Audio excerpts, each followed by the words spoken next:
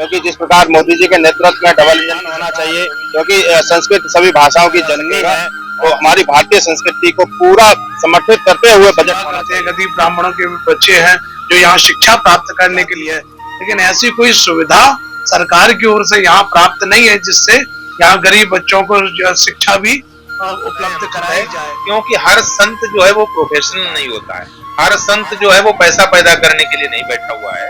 सनातन धर्म की ध्वजा फहराने वाली है, संतों का आदर सत्कार करने वाली है। हम धर्माचार्यों की यही मांग है कि सनातन संस्कृति को बढ़ावा हो।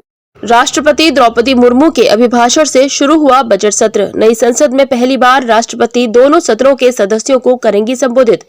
केंद्र सरकार के दूसरे कार्यकाल का यह है अंतिम बजट। देश का आम बजट 1 फरवरी को संसद में होगा पेश। देश की वित्त मंत्री निर्मला सीतारमण लगातार 6वीं बार संसद में पेश करेंगी आम बजट। आम बजट को लेकर आम लोगों को है बड़ी उम्मीद। चुनावों से पहले पेश आने वाले आम बजट से लोगों को काफी उम्मीदें हैं। धर्मनगरी के साधु संतों ने भी वित्त मंत्री से लगाई है बड़ी उम्मीदें। साधु संतों ने देश के प्रधानमंत्री से संस्कृति और सनातन को बढ़ावा देने वाली योजनाओं के लिए अलग से की है मांग। धर्म संस्कृति के साथ साथ ब्रज के साधु संतों की क्या है मांग, सुन लीजिए। हम धर्माचार्यों की यही मांग है कि सनातन संस्कृति को बढ़ावा हो, संस्कृत को बढ़ावा हो, क्योंकि भारत रामकृष्ण का देश है, यहाँ सनातन संस्कृति है और भारत की पहचान संस्कृति और संस्कार से है। तो हमारे संस्कृत और वेद पुराण इनका अध्ययन हो और उनका उत्थापन हो, उनको बढ़ावा मिले। तो उसके लिए संस्कृत के जितने भी वेद विद्यालय हैं, संस्कृत विद्यालय हैं, व्याकरण इत्यादि के विद्यालय हैं, उनका संरक्षण हो, जिससे कि हमारे देवी देवताओं की पहचान, पुराणों की पहचान, हमारे ग्रंथों की पहचान, हमारे इतिहास और उपनिषदों की पहचान, वेदों की पहचान हमारे युवा कर सके। तो उन विद्यालयों का संरक्षण होना चाहिए, उनको बढ़ावा मिलना चाहिए। मेरा मानना है कि जो मध्यम वर्गीय लोग हैं, मध्यम वर्ग और साधु संत, इन पर विशेष ध्यान देना चाहिए। साधु संतों के जो आश्रम हैं, कुटिया हैं, उनके ऊपर जो बिजली विभाग के द्वारा कॉमर्शियल बिल लगाया जा रहा है, ये बिल्कुल गलत है, अनुचित है। क्योंकि हर संत जो है वो प्रोफेशनल नहीं होता है, हर संत जो है वो पैसा पैदा करने के लिए नहीं बैठा हुआ है। क्योंकि हर जगह भंडारे चल रहे हैं, दान होता है, गौ सेवा चल रही है, ऐसी जगह कॉमर्शियल बिल लगाने से संत बहुत अंदर से उनको पीड़ा होती है, आंतरिक पीड़ा होती है कि अब ये बिल, इसका निस्तारण कैसे किया जाए। इसलिए जो तीर्थ क्षेत्र है, धर्म क्षेत्र है, उस पे पुजारी। भारत का सौभाग्य है जो सरकार हमको प्राप्त है, सनातन धर्म की ध्वजा फहराने वाली है, संतों का आदर सत्कार करने वाली है और देशभक्त है। अपने प्राचीन सभ्यता के इतिहास का संजोने के काम कर रही है। फिर भी बहुत काम ऐसे रह जाते हैं जो याद दिलाना पड़ता है।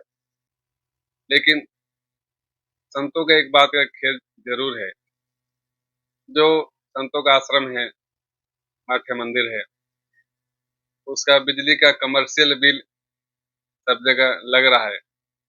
तो हम बिजली विभाग बोर्ड से जरूर आग्रह करूंगा, जहां पर संतों का आश्रम में सेवा होती है उसे कमर्शियल बिल न लगाएं और प्रत्येक तीर्थ क्षेत्र के संवारने सजने के काम सरकार कर रही है। लेकिन वहां के संतों से राय लेकर थोड़ा और अच्छा मार्गदर्शन में करें, ये हम सबकी इच्छा है। कोई कार्य करे उसके पहले संतों का राय ले लें। तीर्थ स्थल, धर्म स्थल, सरकार बहुत अच्छा काम कर रही है, हर तरफ से रोड का विकास कर रही है, बिजली पानी सब कर रही है। लेकिन जो भी वहाँ के निधि हैं, पंडित हैं, पुजारी हैं, ब्राह्मण हैं, साधु संत हैं, उनकी तरफ, आजीविका की तरफ भी ध्यान सरकार दे, क्योंकि भगवान की सेवा पूजा ही उनका सब कुछ है। तब उनके तरफ भी सरकार ध्यान दे। तो सरकार देखो अन्य और भी धर्मों के लिए, जैसे मदरसों के लिए भी बहुत सारी सुविधाएं देती है। ऐसे ही धाम में भी या वृंदावन में भी बहुत सारे ऐसे हैं गरीब ब्राह्मणों के, कुछ साधु संत भी हैं जो सेवा करते हैं। गरीब ब्राह्मणों के भी बच्चे हैं जो यहाँ शिक्षा प्राप्त करने के लिए आते हैं। अनेक संस्कृत विद्यालय हैं, यहाँ वेद विद्या, पुराणों की विद्या दी जाती है, लेकिन ऐसी कोई सुविधा सरकार की ओर से यहाँ प्राप्त नहीं है जिससे यहाँ गरीब बच्चों को जो शिक्षा भी उपलब्ध कराई जाए। व्यवस्था विद्यालय बहुत है पर सुविधा से अपूर्ण है, सुविधा नहीं है, कोई सरकारी उनको सुविधा प्राप्त नहीं है। दूर दूर से कई जो है यहाँ धर्म बच्चे आते हैं, आचार्यों के बच्चे आते हैं पढ़ने के लिए, तो उनके लिए देखो संस्कृत विद्या एक ऐसी है यहाँ वृंदावन में निःशुल्क दी जाती है विद्यालयों में। कई आश्रम ऐसे हैं कि जहाँ पर विद्यार्थियों को, ब्राह्मण बालकों को रखा जाता है, पढ़ाया जाता है, रहने खाना पीना सब कुछ निःशुल्क रूप में दिया जाता है। लेकिन सरकार यदि चाहे तो उनके लिए प्रोत्साहन दे, उनके लिए भी कुछ बजट दे, तो ताकि ये हमारी सनातन संस्कृति है, वेदों की शिक्षा है, पुराणों की शिक्षा है, ये जब सबके हृदय में जाएगी, ये लोगों को दी जाएगी, तो इससे सनातन संस्कृति और सुदृढ़ होगी। देखिए, हम आगामी बजट में सरकार से अपेक्षा करते हैं कि शिक्षा, स्वास्थ्य और रोजगार पर पुरजोर समर्थित बजट होना चाहिए। जिस प्रकार हमारे तीर्थ स्थल और जो हमारी भारतीय संस्कृति है उसको बढ़ावा देने की इसमें योजना हो, क्योंकि जिस प्रकार मोदी जी के नेतृत्व में डबल इंजन की सरकार, योगी जी की कार्यशैली में जो हमारे तीर्थ स्थल को बढ़ावा दिया जा रहा है और भारतीय संस्कृति को जो पुनः स्थापित किया जा रहा है, उसके लिए शिक्षा भी बहुत आवश्यक है। और शिक्षा में जो हमारे संस्कृत विद्यालय हैं, जो गुरुकुल हैं, उन पर विशेष ध्यान होना चाहिए, क्योंकि संस्कृत सभी भाषाओं की जननी है और संस्कृत को बढ़ावा देने से भारतीय संस्कृति को संरक्षित किया जा सकेगा। तो हमारी भारतीय संस्कृति को पूरा समर्थित करते हुए बजट होना चाहिए। देश की वित्त मंत्री जी से आग्रह करते हैं कि समस्त धर्माचार्यों की अथवा संतों की एक मांग है कि जिस प्रकार से हमारे सनातन धर्म के जितने भी देवालय हैं अथवा जितने भी शिक्षण संस्थान हैं, जिसमें विशेष करके संस्कृत के विद्यालय हैं, विश्वविद्यालय हो, महाविद्यालय हो, उनमें संस्कृत के शिक्षकों का अभाव है। संस्कृत की जो शिक्षा पद्धति है उसमें शिक्षकों का अभाव है।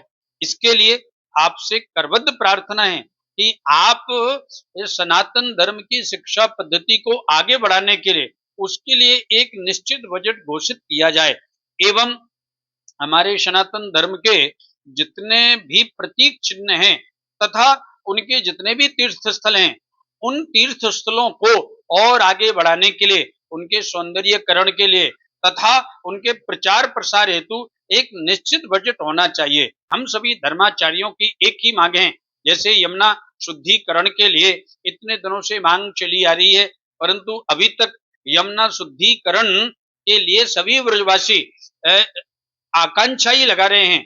यमुना शुद्धिकरण के लिए, गंगा जी की शुद्धिकरण के लिए, सभी पवित्र नदियों को और स्वच्छ करने के लिए, उनके तटों पर सुंदर से सुंदर घाटों के निर्माण के लिए एक बजट निश्चित ही प्रस्तुत किया जाएगा।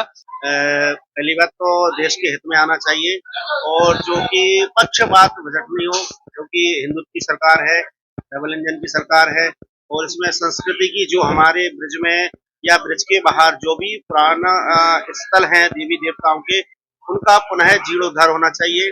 क्योंकि ब्रिज के बारे में, संस्कृत के बारे में और इसके बारे में ही सोचना चाहिए सरकार को।